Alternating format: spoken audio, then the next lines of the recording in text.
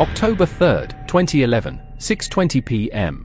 Sailway Bitterroot Wilderness, Idaho. A storm front rolls over the Bitterroots as a 29-year-old hiker named Rowan Hale misses a scheduled satellite check-in by 15 minutes, then 30, then an hour. She is alone except for her Bernese mountain dog, Atlas. Her fiancé, Ethan Cole, is at home in Grangeville, watching the clock and the weather radar. Rowan planned a 4-day loop and logged her route with the ranger station. She does not miss check-ins. What happened to Rowan between 6:20 and dark? 6 years later, a routine state inspection will crack this case open. The question is how the wilderness kept its secret so long. The map isn't the full story. Ethan calls Rowan's phone and hears voicemail. He sends a text to her Garmin device. No reply. He refreshes a weather page and sees wind gusts jump past 40 miles per hour. He prints the route she filed that morning and marks 2 bailout points. He decides to drive. It is a 2-hour haul on forest roads that punish brakes and tires. His plan is simple. Reach the trailhead. Check for her Subaru. Decide the next step. The parking lot is empty except for a silver Outback with a parks pass on the dash. The plate matches. Nothing looks disturbed. No note under the wiper. No torn map. He calls the county dispatch at 8:54 p.m. and reports a skilled hiker overdue by hours in a fast-moving storm. He lists her gear: bright jacket, red pack, white and black dog with an orange bandana, Garmin messenger clipped to the shoulder strap. He adds a detail that matters to tracking. Rowan carries a compact sidearm for bears and cats. Search and rescue spins up. A deputy meets Ethan at the gate and takes a statement under headlights and rain. The deputy asks about risk factors. Ethan answers plainly. Rowan is cautious. She knows the water crossings. She knows when to wait out lightning. She knows how to signal aircraft. She does not improvise shortcuts at dusk in a storm. Then the radio crackles with a weather alert. The ridge is closing. The window to find a fresh trail is minutes, not hours. So why is the only clock that matters now the storms? Rowan Hale was not reckless. She was 29, a systems analyst in Lewiston, and logged her backcountry plans like a checklist. On October 3, 2011, at 7:40 a.m., she filed a route card at the Grangeville Ranger Station. She listed a 4-day loop, 2 bailout sites, and a planned return on October 7 by noon. She wore a high-visibility jacket and carried a red pack. Her Garmin InReach was clipped to the left shoulder strap. She packed a foil bivvy, a compact sidearm, and 2 canisters of bear spray. Atlas, her Bernese mountain dog, wore an orange bandana and a reflective collar. Ethan Cole, her fiancé, knew the system and trusted it. Their relationship was built on routine and verification. Sunday gear checks. Monday weather calls. If a storm threatened, Rowan adjusted start times, not routes. She respected rivers and avoided dusk crossings. She trained in wilderness first aid in 2010 after a minor ankle sprain near Elk City. She preferred to travel alone because it kept the plan simple. Ethan joined on weekends when work allowed. They shared maps and a small notebook of trail notes in a kitchen drawer. That notebook recorded dates, mileages, and failures. No drama. Just data. Rowan also took steps most hikers skip. She photographed the trailhead on arrival and sent the image to Ethan with a plate capture. She logged a paper copy of her route with a grease pencil on a laminated map. She hid a backup key in a magnetic box inside the rear bumper of her Subaru. She had reported a suspicious vehicle at a different trailhead the previous summer, including the plate, to a deputy. Nothing came of it. If cases like this matter to you, consider subscribing so you don't miss verified updates. On October 3, her first text pinged Ethan at 12:11 p.m. from a saddle above Moose Creek. She wrote that wind was increasing and she was moving to Camp 2. At 3:02 p.m., a short check-in confirmed progress and a plan to beat a cold front. The 6:20 p.m. check-in never came. Ethan later told investigators that missing a window by 5 minutes was notable for Rowan. Missing one by an hour meant trouble. One detail in her gear list will later matter more than any other. By 9:30 p.m., October 3, 2011, Idaho County activated search and rescue. Command set up at the Red River Ranger lot. A deputy logged Ethan Cole's statement, copied Rowan Hale's route card, and photographed her Subaru. At 10:12 p.m., a helicopter from Lewiston launched with a FLIR unit. Wind gusts forced a low ceiling. The crew swept the planned loop first, then the 2 bailout trails. No heat signatures matched a person and large dog. The air unit reported treefall and rising stream noise. They turned back at 11:41 p.m. for fuel. Ground teams staged with 4x4s and ATVs. 2 handlers brought K9s but held until rain tapered. An EMT prepared a hypothermia kit. At 12:23 a.m., the incident commander set operational periods and divided sectors. Radio stayed on a single channel due to terrain. A storm cell crossed the ridge at 1:05 a.m. Lightning paused the push for 40 minutes. At 1:58 a.m., Team Alpha hiked to the first ridgeline and flagged a grid. They found no drop bottle, no scarf, no torn fabric. The soil showed fresh rain sheet flow. Ethan stayed at command. He forwarded Rowan's 12:11 p.m. photo and the plate capture. He provided a second Garmin ID in case her unit had dual pairing. A coordinator called the manufacturer to verify message queues. There were no pending or failed transmissions after 3:02 p.m. The ranger station confirmed her route file time and clerk. It also confirmed no permits issued to her name for a different area. A state trooper checked recent traffic cams on Highway 13 in case Rowan turned back. No hit. At 3:47 a.m., the air crew lifted again between bands of rain. FLIR picked up 2 brief heat spikes near Moose Creek. Ground checked both and found elk. At 4:26 a.m., a spotter saw a dim light 2 miles off the loop. A second pass showed nothing. Teams marked it as unconfirmed. Dawn came at 7:11 a.m. with low cloud and drizzle. K9s finally deployed on the trailhead spur. The dogs pulled north, then stalled in a wash of fresh runoff. Team Bravo rechecked the spur and widened the corridor by 50 yards. A faint impression appeared where the spur meets a side path toward water. At 8:06 a.m., October 4, 2011, Team Bravo marked a faint human heel at the spur junction. The print was narrow, likely a women's boot between sizes 7 and 8. 50 feet farther, Atlas's paw marks appeared beside it. The toes were splayed, which often indicates speed. Both tracks angled off the signed loop and onto an unmaintained path that trended toward water. The rain had softened the duff. Edges were blurred but shapes remained. Searchers followed the pair for a quarter mile. The stride length increased near a short descent. Broken older twigs lined the fall line. Fresh bark showed pale where it had torn. At 8:41 a.m., the path ended at a braided channel that feeds Moose Creek. The current was fast and opaque from overnight runoff. A volunteer measured knee depth at the inside bend and mid-thigh at the outside bend. Temperature was near 45 degrees. A stick test showed debris moving at a speed the team called unsafe. The prints reached the saturated sand at the water's edge and stopped. No return prints led back up the bank. No scuff suggested a slip and crawl. There were no pole marks, though Rowan often carried collapsible poles. A K9 handler scanned the far bar with binoculars and saw no matching exit prints. The helicopter made a slow pass at 9:12 a.m. The FLIR read only the river's cold surface. The pilot called the crossing bad in this weather. Command entered the first significant clue, tracks to water with no return. A second team walked the downstream bank for half a mile and found nothing consistent with a person or large dog. The incident log noted a possible correlation between this location and the unconfirmed light seen hours earlier. A ranger pulled USGS gauge data from a station down valley. The reading showed a sharp overnight rise.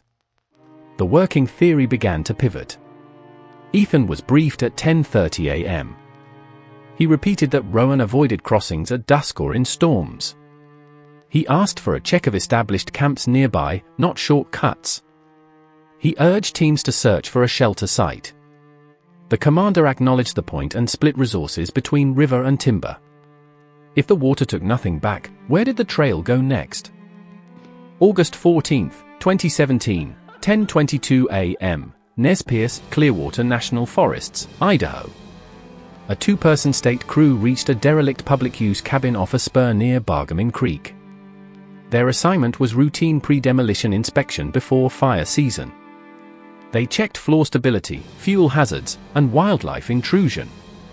One inspector climbed a ladder to a rusted chimney cap and noted that the cap was fixed with 2 lag screws and mineral deposits. Caps on these cabins are usually loose. This one looked sealed. At 10:39 a.m., the inspector loosened the screws and pried the cap. A dry, sour odor rose from the flue. He aimed a flashlight down the shaft and saw a large animal shape wedged vertically. There was no movement. He reported possible wildlife remains in chimney to dispatch and halted further work. The cap was set aside. Photos documented placement, hardware, and the condition of the bricks. A Forest Service law enforcement officer arrived at 12:06 p.m. and secured the structure. Chain of custody tags went on the cap and the pry bar. A veterinarian on contract advised no pulling from the top due to fragility. A forensic crew removed a section of brick at the base and recovered the remains as a single unit. The body was desiccated and intact enough for examination without disarticulation. No graphic injuries were visible. The cabin logbook shelf was empty. The remains went to a regional veterinary lab in Cartonwood with an evidence seal. Intake time, 5:52 p.m. The necropsy began the next morning. Findings were clear. There were soot particles deep in the airway and thermal changes to the lower extremities. The pattern fit heat exposure and smoke inhalation while alive. There was no microchip detectable with 2 scanners. Size and dentition were consistent with a Bernese Mountain Dog. The estimated time since death exceeded 5 years. Investigators returned to the cabin on August 16 for a full scene sweep. They photographed the hearth, mantel, and floor, then sifted ash with screens. No personal items were found near the firebox. No collars or fabric were visible in or above the flue. The cap showed weathering that suggested long-term placement. The door had no fresh pry marks. A covered crawl space under the floor caught a technician's attention. It looked undisturbed. It would not stay that way for long. August 16, 2017, 9:12 a.m., the scene team re-entered the cabin with a full search plan. They photographed the hearth, mantel underside, floorboards, and joists. Ash from the firebox went into sterile bags and was screened outside on a tarp. No jewelry, no buttons, no fabric tags appeared in the finds. A metal detector sweep found only nails and a bent stove screw. The chimney cap and hardware stayed sealed in separate evidence boxes. A technician crawled the perimeter skirting and tapped the subfloor with a rubber mallet.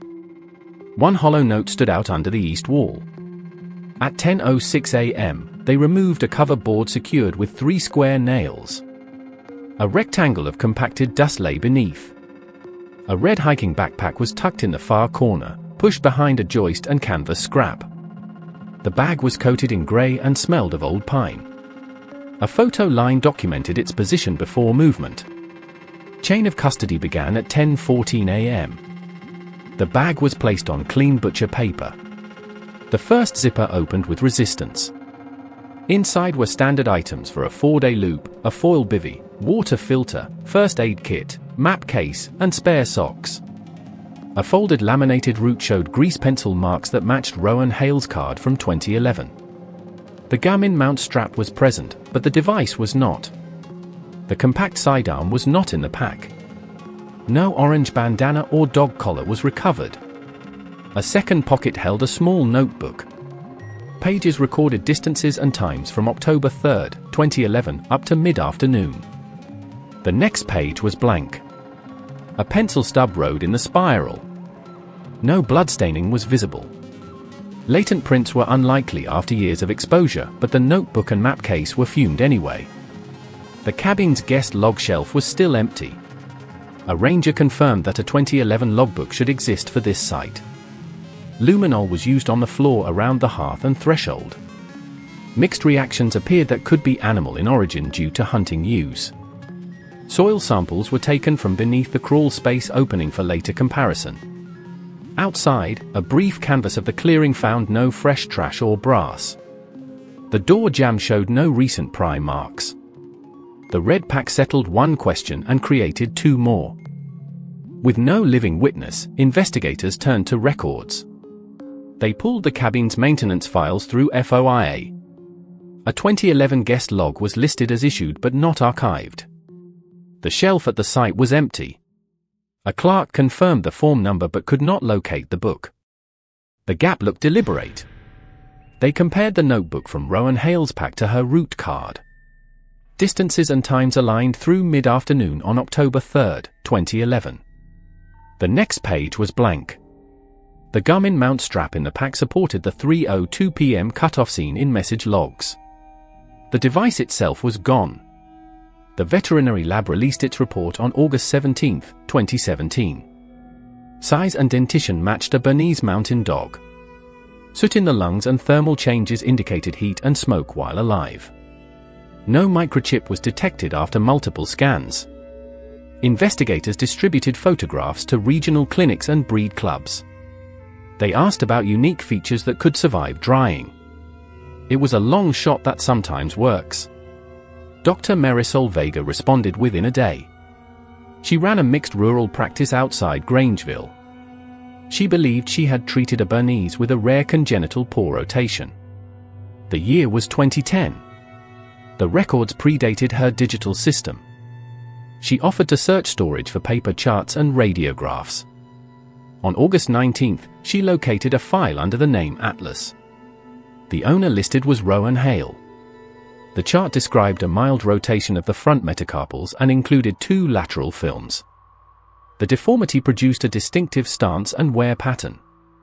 The photos from the necropsy showed the same structural detail. The lab agreed the match was highly probable. That identification reset the case. Atlas was tied to the cabin. The dog had not drowned. The dog had died inside a heated structure that someone had sealed. The missing logbook now mattered more.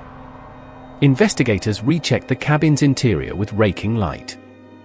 A technician found faint carved lines on the underside of the mantel, close to the firebox. The marks were geometric and clean, not casual initials. They were positioned where a standing person would not see them. The symbols were photographed and logged as a unique feature. Then someone noticed a small code in an earlier seen photo. It was printed on the iron hardware. The mantel carvings were the first clean break from the river theory. They were straight lines and tight angles, not initials. They sat where a casual visitor would never look. Investigators photographed each segment with scale and raking light. A lab tech overlaid the images and produced a single pattern. It repeated in a rectangular band. The firebox iron showed a small stamped code in one photo. The number looked like a fabricator's mark, not a cabin inventory tag. They pushed both threads at once. The carvings went to academics and niche forums and came back with speculation, not matches. The stamp went to regional metal shops. One reply landed fast. A custom smith outside Grangeville said the format matched her invoice stamps from 2010. Her name was Nora Quinn. She asked for a clearer image. When she saw the photo, she did not hesitate. She had built decorative gates and hardware with that exact pattern. The buyers were a pair who ran a private ranch east of Elk City. Their names were Daniel Pike and Lucas Morrow. Quinn pulled her old job folder. The pattern sketches matched the mantle composite. The invoice listed delivery in late September 2010 and on-site adjustments in May 2011. She remembered the clients wanted the geometry exact. Investigators verified the business records and then looked at Pike and Morrow. They lived reclusive, paid cash for some labor, and held valid hunting permits for the Moose Creek area in fall 2011. That put them near the cabin when Rowan Hale disappeared. The team returned to the cabin and measured the carved band. The proportions matched the gate photos Quinn provided. A ranger compared post holes at the ranch entrance with county permits. The permit listed a contractor that confirmed the job and the clients. Parallel work checked phone coverage. A spotty landline served the ranch. There was no reliable cell service. That limited historical location data. The emerging picture unsettled command. Atlas died inside a sealed structure. The cabin logbook from 2011 was gone. A unique pattern appeared both under a mantle and on a ranch gate. The side-down listed in Rowan's gear was still unaccounted for. The case file shifted from accident to targeted violence, and from unknown to two names with a matching motif. One more item in the gate photos changed the tempo. The detail in Nora Quinn's gate photos was not the pattern. It was the hinge. A custom barrel hinge carried a stamped vendor code that matched the metal mark seen on the cabin firebox. The supplier confirmed a 2010 lot sold to Quinn's shop and a second lot shipped in 2011 for on-site adjustments. That connected the cabin's iron to the same supply chain as the ranch gates owned by Daniel Pike and Lucas Moreau. Investigators widened the net. County records showed a driveway permit for the ranch with photos of the installed gates. The proportions of the carved band under the mantle matched the hinge spacing on those gates. A hardware store in Grangeville produced a receipt from May 14, 2011, with Pike's name for lag screws and high heat paint. The receipt listed the same vendor code in a SKU note. A deputy visited the store and verified the clerk's initials. Hunting license databases placed both men in the Moose Creek unit during October 2011. Their tag validations occurred at a check station on October 2 and October 5. A game warden's notebook recorded two males in dark pickup, custom iron gate rails in bed. The note included a partial plate consistent with the ranch truck. Investigators pulled fuel purchases tied to that plate. A station in Elk City logged diesel at 6:02 p.m., October 3. The timestamp sat between Rowan Hale's last message and the missed check-in. Back at the cabin, a closer inspection of the mantle underside revealed fine tool chatter in the grooves. Quinn identified it as consistent with a rotary burr she used on the 2010 commission. She provided a photo of the bits wear pattern from her archives. The overlap with the cabin carvings was striking. A forensic machinist agreed it was a plausible match. The missing logbook grew more suspicious. Warehouse records showed a case of guest logs shipped to the district on September 15, 2011. The cabin's serial was on the packing list. No return or destruction was filed. That suggested removal on-site, not loss at the office. One question remained before a judge would sign a warrant: could anything inside the ranch link directly to Rowan's gear? July 11, 2018, 5:42 a.m., a judge signed a multi-location warrant. By 6:15 a.m., deputies and state investigators staged 2 miles from the Pike E. Moreau Ranch east of Elk City. The plan was simple. Secure the gate, control the main house, then clear the outbuildings. A camera car recorded the entrance for chain of custody. At 6:41 a.m., units rolled. The iron gate showed the same geometric band seen under the cabin mantle. The barrel hinges carried the identical vendor code. Deputies breached the gate chain, announced, and moved to the porch. Daniel Pike opened the door in work pants and boots. Lucas Moreau stood behind him, arms crossed. Both were detained without force. A safety sweep found no other occupants. Search teams split. The main house was sparsely furnished but meticulous.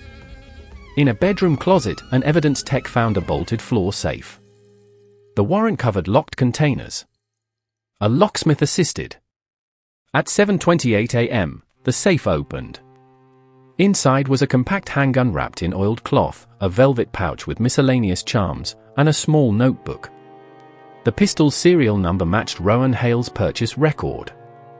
It was the side-arm listed on her 2011 gear form. The notebook was not Rowan's. It contained lists, supply tallies, and dates. One entry read: logbook shelf cleared, 10/11. The line stood alone without a year. The charm showed the same repeating geometry seen in the mantle carving. A separate box held high heat paint, lag screws, and a rotary burr bit. Nora Quinn identified the bit's style as the one she used on the 2010 commission. An outbuilding behind the barn contained a workbench, clamps, and iron offcuts in the same pattern. A second shed held a small altar space with animal bones and dried stains. No graphic images were present, but the layout suggested repeated activity. Investigators photographed and packaged everything.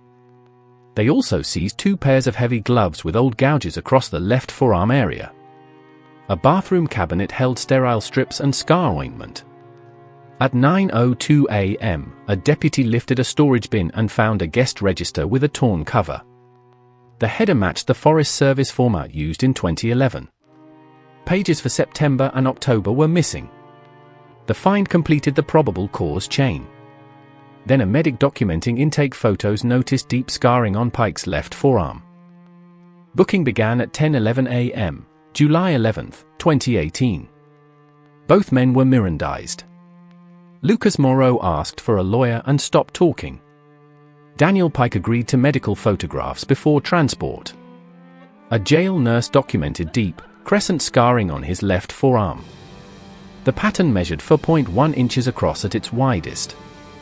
A veterinary odontologist compared that spacing to Atlas's dentition from the necropsy images.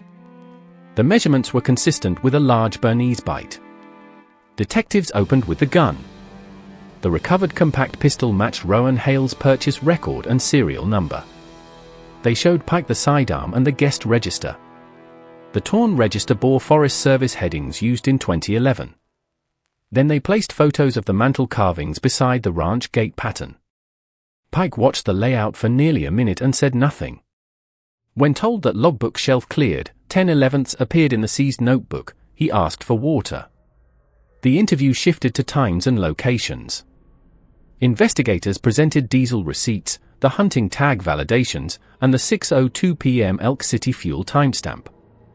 They added the 3:02 p.m. Garmin message cutoff and the missed 6:20 p.m. check-in. Pike said the carvings were decorative and denied seeing Rowan. When asked about the forearm scars, he called them old ranch damage. The veterinary expert's bite span chart went on the table. Pike looked at the chart and went quiet again. At 4:26 p.m., after a break, Pike asked what would happen if a body was found. Prosecutors were notified. He waived counsel for a limited statement and gave directions to a fenced-back lot north of the barn. A warrant addendum followed. Cadaver dogs alerted near a windbreak at 7:12 p.m. Excavation uncovered human remains consistent with an adult woman. A compact Garmin mount and a laminated map corner were recovered in the same pit. The coroner confirmed female remains through osteology. Dental comparison later matched Rowan's records. Charges were filed within 48 hours. Pike pled guilty to first-degree murder and evidence tampering to avoid a capital trial. He received life without parole. Moreau went to trial in 2019 and was convicted on all counts, including murder as an accomplice. He received life without parole. One exhibit entered under seal suggested a second site had once been prepared. Sentencing closed the criminal case, but it did not settle the debate. In 2019, prosecutors released a redacted inventory of seized items. It listed the mantle pattern sketches, the rotary burr, and a guest register with missing autumn pages. Advocates called the carvings signature evidence. Defense groups argued it was suggestive and prejudicial. A state review panel later affirmed admissibility, citing the linked supplier code and the safe-recovered handgun. Rowan Hale's family received her remains in late 2018 after dental confirmation. Ethan Cole authorized a private memorial in Grangeville. He gave law enforcement permission to retain the Garmin mount, map fragment, and sidearm for training exhibits. Detectives used the case to revise cabin protocols. District memos added mandatory chimney checks, logbook audits, and cap documentation before demolition. Rangers now photograph shelf contents and serials on day one. Investigators also audited other public use cabins within a 70-mile radius. 2 sites lacked 2011 logbooks.